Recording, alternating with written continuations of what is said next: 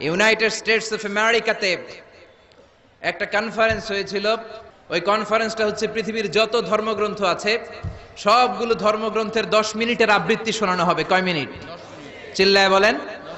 ওখানে গিয়েছে শ্রীমত ভগবত গীতা, গিয়েছে বাইবেল, ত্রিপিটক, দশাতীর, Veda, Purana, Ramayana, Dighanikaya, Yahwist, sacerdotal, Talmud, Torah, old testament, new testament, Zend Avesta এবং আল্লাহর কোরআনও। কোন সুবহানাল্লাহ। চীনের প্রাচীন ধর্ম কনফুসিয়াসের পাণ্ডুলিপি গিয়েছে। যারা আগুনকে পূজা করে, অগ্নি উপাসক, আগুন দেখলে নমস্তে নমস্তে গায়, তারাও গিয়েছে। 10 মিনিট করে সময়। এই কনফারেন্সের উদ্দেশ্য হচ্ছে এইটা চেক করা, in order to check which book, which recitation of the holy book is the most excellent recitation ever. কোন বইয়ের আবৃত্তিটা বেশি সুন্দর লাগে। 10 মিনিট করে সময়।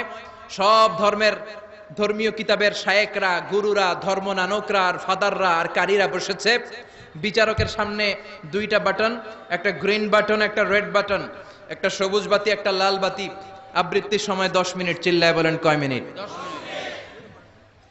সবুজ বাতিতে চাপ দিলে আবৃত্তি শুরু, রেড বাটনে চাপলে আবৃত্তি শেষ। প্রথমে ডাকা হয়েছে শ্রীমত ভগবত গীতা। 10 মিনিটের জন্য যে পড়তে শুরু করেছে, ওম নমো ভগবতি বাসুদেবায়। 10 মিনিট পড়েছে।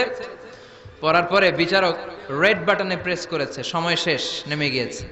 এরপরে ডাকা হয়েছে ত্রিপিটক, বিনয় পিটক, শাম পিটক, অভিধর্ম পিটক মিলে 3টা পিটক। এটা বৌদ্ধ ভাইদের কিতাব। এরা বলে ওম শান্তি, ওম শান্তি। আসলে মিয়ানমারে ওরা যা করছে ওদের বলা দরকার ওম অশান্তি, ওম অশান্তি। ওরা বুদ্ধাং শরণং গচ্ছামি, ধাম্মাং শরণং গচ্ছামি পড়তে পড়তে 10 মিনিট শেষ, চলে গেল। এরপরে ডাকা হলো দশাতীর, দশাতীরের ওরাও পড়লো। এরপরে ডাকা হলো গ্রন্থ সাহেব, পড়লো। জিন্দাবেস্তা পড়লো 10 মিনিট।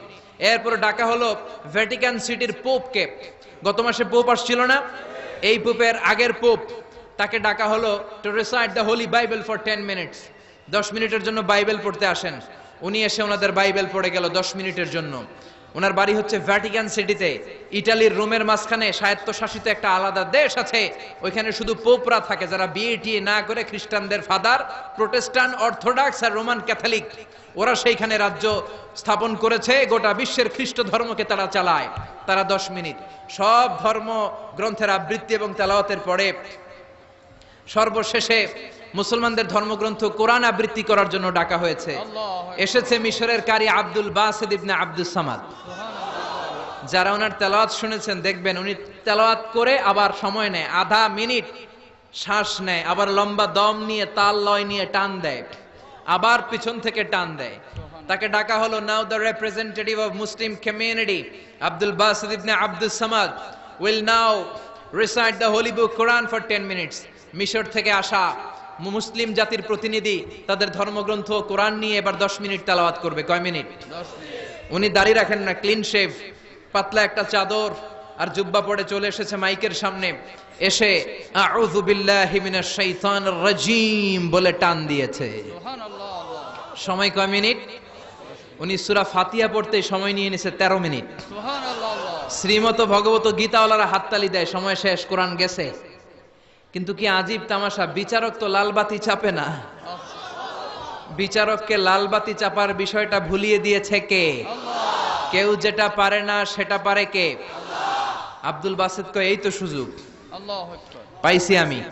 বিচারক যেহেতু লালবাতি চাপে না, আমি আরেকটা সূরা ধরি। উনি কোরআনের সবচেয়ে সুন্দর সূরা আর রহমান তেলাওয়াত শুরু করলেন।